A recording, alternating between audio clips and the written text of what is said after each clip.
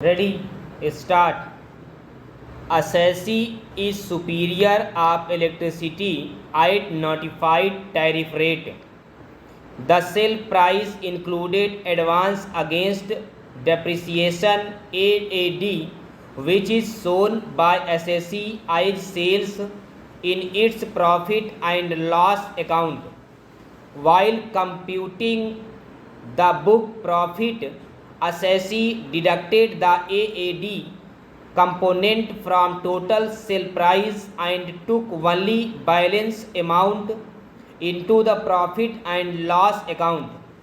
According to the authority for advance rulings, deduction of AAD from the sales was reserve, which has to be added back on the basis of clause B of explanation 1 to section 115JB of the Income Tax Act 1961. On reading, it is clear that no make an addition under clause B. The two conditions which must be jointly satisfied are that there must be a debit of the amount to the profit and loss account, and the amount so debited must be carried to the reserve. Since the amount of AAD is reduced from sales, there is no debit in the profit and loss account. The amount did not enter the stream of income for the purposes of determination of net profit at all. Hence, clause B of explanation 1 was not applicable. There are broadly two types of reserves: those that are routed through profit and loss account. For example, a capital reserve such as share premium account. AAD is not a reserve, it is not appropriation of profits.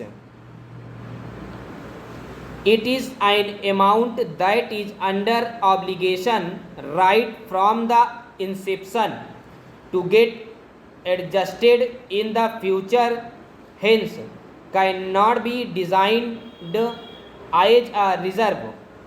It is nothing but an adjustment by reducing the normal depreciation including in the future years in such a manner that at the end of useful life of the plant, which is normally 30 years, the same would be reduced to nil.